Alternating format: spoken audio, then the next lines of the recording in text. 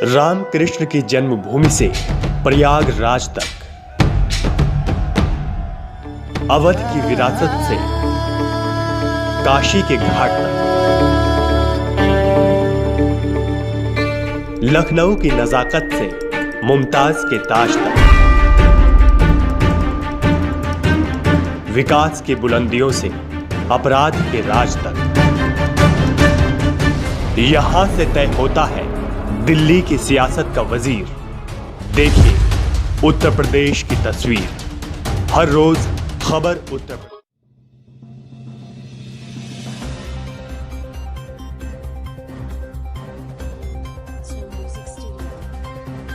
लोक अदालत के पूर्व पूर्णकालिक सचिव सुधा सिंह ने बुधवार को बताया कि आगामी 12 दिसंबर को बैंक प्री लिटिगेशन राजस्व, BSNL बीमा क्लेम, पारिवारिक निस्तारण आदि के मामलों का निस्तारण सुलह समझौते के आधार पर निस्तारित किया जाएगा।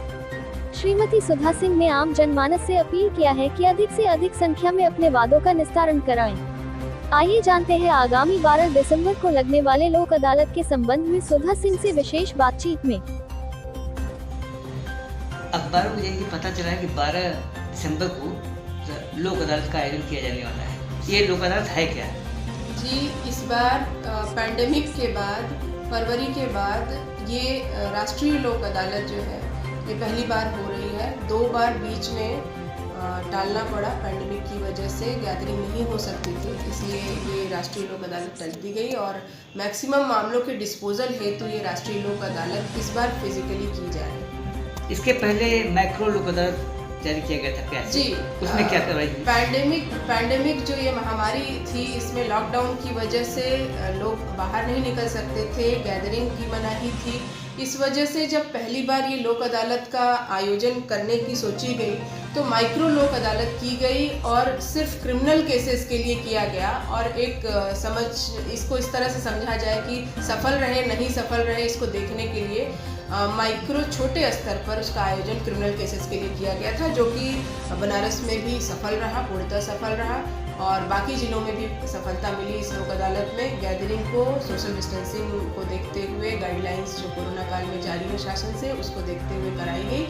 और 18/10 को माइक्रो लोक अदालत का आयोजन किया गया था, जो कि पूर्णतः सफल रहा। उसी के मद्देनज़र जब सफलता मिल गई तो आगे ये राष्ट्रीय लोक अदालत का आयोजन करने की सोची गई। आगामी 12 दिसंबर जो लोक अदालत का आयोजन किया जाने वाला है, इसमें किस किस तरह के केसेस देखे जाएंगे? इसमें लगभग सभी तरह के, सभी नेचर के केसेस लिए जा रहे हैं और कोरोना काल की गाइडलाइंस का भी खास ख्याल रखा गया है, क्योंकि बीच में कोरोना के केसेस कम होने के बाद फिर से बढ़ने लगे हैं। और नेचर ऑफ केसेस की बात करें तो इसमें MSCT के मामले, फैमिली कोर्ट्स मैटर्स, हमारे सिविल और क्रिमिनल केसेस, शमनी मामले जितने भी लग रहे हैं, चालानी हैं, बाकी चीज़ें जितने भी छोटे मोटे मैटर्स इसमें आ सकते हैं वो सब कवर किया जा रहा है। परिवहन के मामले भी लिए जा रहे हैं, टैक्सेशन के मामले भी इसमें रखे जा रहे हैं। तो मैक्सिमम जितना डिस्पोजल समझौते से किया जा सकता है उन सबको इसमें लेने का प्रयास किया जा रहा है। उम्मीद की जाए क्या इसमें संख्या कुछ बढ़ सकती है क्या फरियादियों की? फरियादियों की संख्या बढ़ सकती है, क्योंकि 2 बार टलने के बाद ये राष्ट्रीय लोक अदालत का जो आयोजन हुआ है और पिछले माइक्रो लोक अदालत की सफलता के बाद भी ये देखा गया है कि मामला सफल रहा, तो मैक्सिमम के लिए आह्वान भी किया जा रहा है। और सचिव होने की हैसियत से भी और इस नाते भी मैं आम जन से अपील करना चाहूँगी कि अपने मामलों को मैक्सिमम समझौते और सुलह के मामले समझ के इसको और राष्ट्रीय लोक अदालत में डिस्पोजल कराने का प्रयास करें। इस संबंध में संबंधित विभाग के जितने लोग अधिकारी शामिल इसमें हैं, जितने विभाग के मामले शामिल इसमें, क्या उनको इत्तला दी जा चुकी है? पहले से ही, काफ़ी पहले से ये हम प्रयासरत हैं। जब से हमें सूचना माननीय सालसा से राष्ट्रीय लोक अदालत के बाबत जो माननीय नालसा की तरफ से कराई जानी है मिली, तब से ही हम लोग इसमें पूरी तरह से प्रयासरत हैं और जी जान से लगे हुए हैं। हर एक विभाग को पत्राचार किया जा चुका है, कई सारी मीटिंग्स ली जा चुकी हैं, समीक्षा बैठकें हो चुकी हैं। इसी क्रम में आज दिनांक 9/12 को भी माननीय जनपद न्यायाधीश महोदय की तरफ से सभी विभागों का और हमारे जुडिशियल ऑफिसर्स को भी लेकर के इसी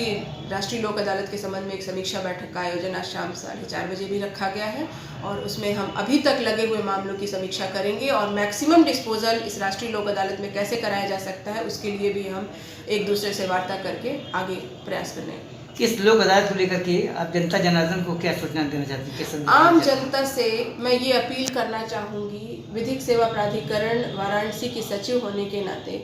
कि अगर नॉर्मल तरीके से किसी मामले का निस्तारण किया जाता है तो उसमें एक पक्ष ही संतुष्ट होता है, लेकिन राष्ट्रीय लोक अदालत के ज़रिए हमें सुलह समझौते के आधार पर अगर एक अवसर मिला है तो इस तरह से अगर किसी मामले का, किसी विवाद का अंत होता है तो लोक अदालत में कराए जाने वाले मामलों के निस्तारण का अंत जो है वो बिना अपील के, जिसमें अपील का कोई प्रोविज़न नहीं है, इसकी जो अंतिमता होती है उसमें दोनों पक्ष संतुष्ट रहता है और एक विवाद का हमेशा के लिए अंत हो जाता है। तो आमजन से अपील है कि अपने मामले को इस राष्ट्रीय लोक अदालत में लगाकर डिस्पोजल कराने का प्रयास करें और हमेशा के लिए अपने आसपास के और अपने विवाद को ख़त्म करने का प्रयास करें। क्या लोक अदालत के द्वारा जो दी जाने वाली निर्णय होती है, इसके खिलाफ क्या कोई अपील भी होती है? इसकी कोई अपील नहीं होती और इसी अंतिमता की वजह से हम आम जन से अपील कर रहे हैं कि अपने मैटर को हमेशा के लिए, चूँकि दोनों पक्षों की अपनी बातें रखी जाती हैं और दोनों पक्ष की सहमति से ही इस मामले का अंत होता है, तो इसमें संतुष्टि भाव भी रहता है और अपने विवाद का अंत भी हमेशा के लिए हो जाता है और इसकी कोई अपील